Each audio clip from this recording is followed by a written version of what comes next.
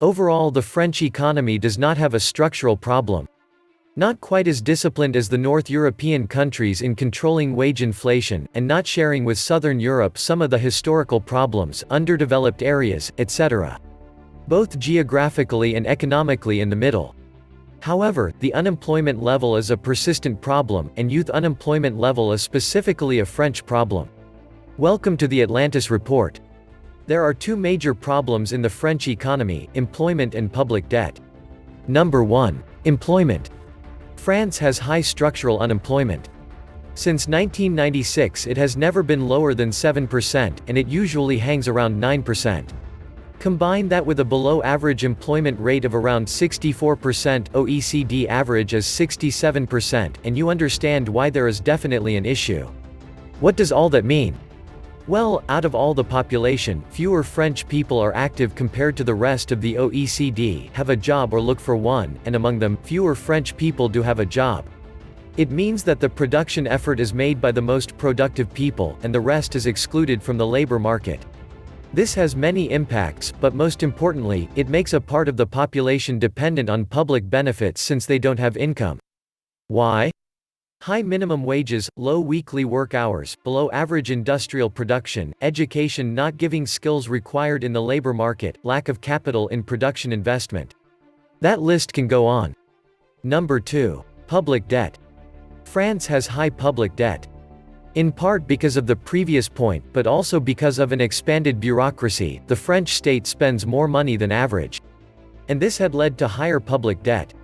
This is fine for now as interest rates are low, but this could prove devastating should they increase in the future. Of course, there are many other issues: housing, education, energy, etc. But I feel these are the two most important. But here are some other structural problems of the French economy. The deficit is higher than the EU goal of 3%. Growth has been low since the 2008 crisis. Large trade deficit. Low productivity gains, 0.5% over 5 years. But it is an issue most developed countries face. Negotiations between unions and firm representatives are sometimes difficult, ending up in strikes. Poor professional formation of workers, leading to unemployment and difficulties at reconverting people to other growing sectors. French small and medium businesses encounter difficulties at growing in size, which leads to low job creation and poor economic growth. A number of smug, public servants working 35 hours a week and not a minute more. Don't try to call on Wednesday or Friday afternoon. The incompetent politicians. The most substandard and elitist education system, except primary school until the age of 10. This is well established through PISA and international university rankings, yet most French people think everything is peachy. The fact that French people look up to the state as their savior anytime something bad happens, yet complain about taxes and ineffective politicians all the time.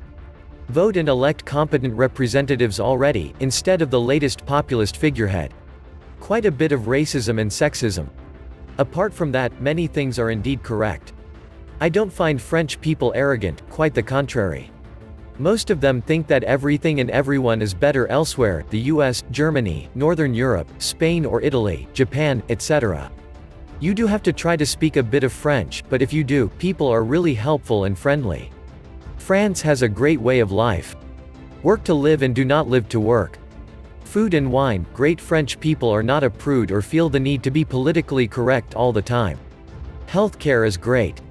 It's fantastic for kids or the elderly and only very good for everyone else. Great cultural depth and width from prehistory to modern times. France has a great cinema, graphic novels, and fine arts. A moderately complete tour of the Louvre takes a couple of days, at least. I like the fact that most French people are Cartesian. You can have a reasonable conversation with almost anyone. Life in France is not so bad. It's comparable to most Western countries. But it's far from a dream.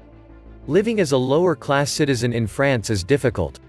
You get free money from the state, but insecurity, lack of education, and few economic opportunities keep you poor and resentful. You will never have a stable job that pays well. At least, you won't die because of a lack of money since healthcare is free.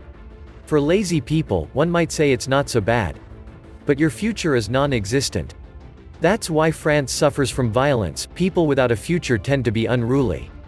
Being middle class in France is doing all the hard work while the state takes half of what you earn.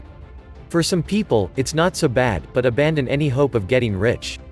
35 hours a week does not seem much, but it actually means doing 40 hours work in 35 hours.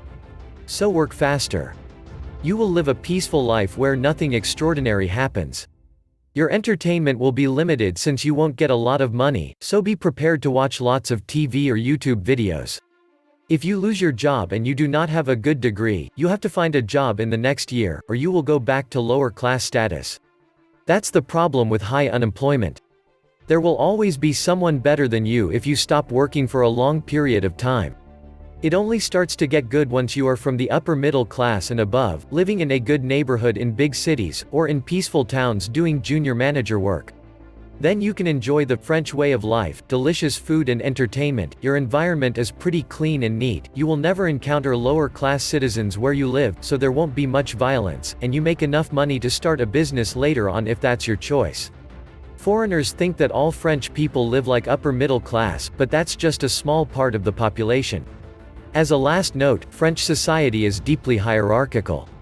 Inherited from centuries of absolute monarchy, lower-class citizens have no choice but to endure the hardships imposed by the upper class. The famous revolution changed nothing but putting different people in the same positions of power. If your manager says you should do something, you better do it without complaining even if it's completely stupid. The system sucks? Deal with it. There is no other way than to obey. You can't make your own adventure in France as you could elsewhere, everything will be in your way to stop you from trying. You don't like school? Too bad, because it will never change, and you will end up as a lower class citizen. No degree equals no good job, or even job at all. You don't like your work and want to change? Too bad. There are 5,000 more people ready to take any job, good luck with the competition. In France, you can't really get fired unless you make a huge mistake, so staying at the same boring job is often the best solution.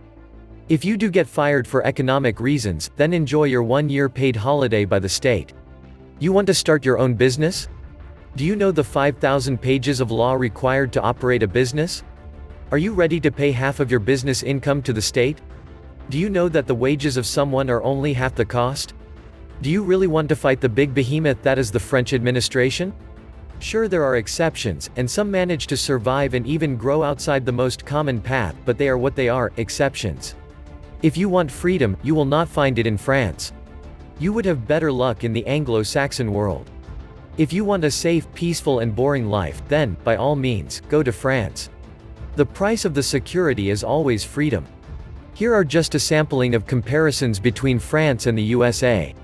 They speak for themselves that I do not even need to comment on them. Income inequality rating, France, 22nd, USA 3rd, the worst in OECD. Percentage of population below poverty line, France, 8%, USA 18%. Prisoners per 1,000 inhabitants, France, 1, USA 7.2, world number 1. Murders per 1 million inhabitants, France, 10.4, USA 40.5.